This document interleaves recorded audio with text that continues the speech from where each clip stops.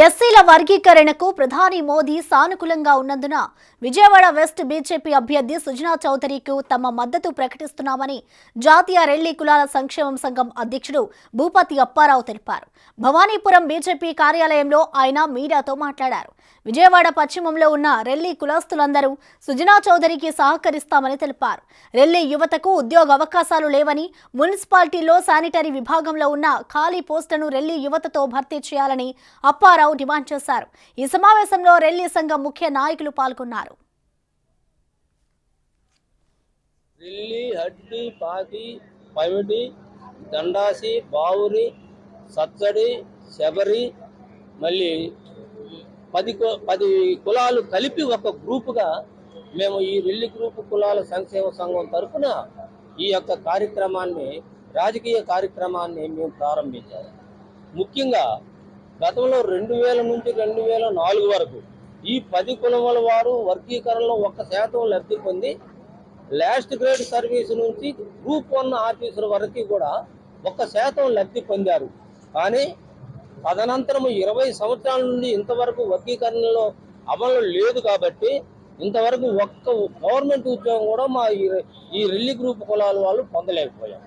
ఇప్పుడు ప్రధానమంత్రి నరేంద్ర మోదీ గారు వారు ఒక దృఢమైన నిర్ణయం తీసుకొని తెలుగు రాష్ట్రాల్లో వర్గీకరణ చేయడానికి తగిన హామీ ఇచ్చినందున అందులో మరి సుజనా చౌదరి గారు బీజేపీ తరఫున పోటీ చేస్తున్నందున ఈ రాజధానిలో ఏదైతే మా రెల్లి గ్రూపు కులస్తులు అధిక సంఖ్యలో ఉన్నారో, ముఖ్యంగా ఇంచిపేట, టైలర్పేట, బిఎంసి కాలనీ, టైలర్పేట, మరి పడమట, జోడుబొమ్మలు, ఇవన్నీ కూడా మా రెల్లి గ్రూప్ కోనలు అంత పైకెక్కి ఉన్నారు. వీళ్ళందరి మద్దతు మేము సుజనా చౌదరి గారికి నేను ఇవ్వటానికి సమిష్టిగా నిర్ణయించుకున్నాం సంపూర్ణంగా.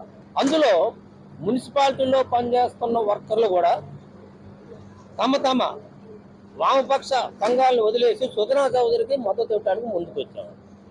ఇదే కాకుండా మా యొక్క అదనపు కోరికలు ఏదైతే ఉన్నాయో, సమస్యలు ఏదైనాయో, సుజనా చౌదరి గారి ద్వారా ఒక సమర్థుడైన నాయకుడు మాకు కూడా ఎమ్మెల్యేగా పోటీ చేస్తున్నారు కాబట్టి వారి దృష్టికి తీసుకొచ్చి మిగతా కార్యక్రమాలు చేయించడానికి మేము ప్రయత్నించాలి. అది ముఖ్యంగా తరతరాల నుండి మానవ మలమూత్రాలను చేతులతో శుభ్రం చేసిన ఈ యొక్క రెల్లి కులస్తులకి ఇప్పుడు నిరుద్యోగులుగా మారిపోయారు. గతంలో వీళ్ళ తల్లిదండ్రులు చేసిన ఉద్యోగాలు ఇప్పుడేమో సెప్టిక్ టెస్ట్ రూపంలో మారిపోవడం వల్ల అన్ని కులాల వాళ్ళు రావటం, మా ఉద్యోగాలు ఇంటర్వ్యూలో ఆఫ్కోర్స్లో కూడా మరి రెల్లి కులస్తులు ఒక్కడే సెలెక్ట్ కాదు, వందల్లో ఇతర కులస్తులు అవుతారు. వీళ్ళు నిరుద్యోగులు ఫాలో అయిపోతున్నారు.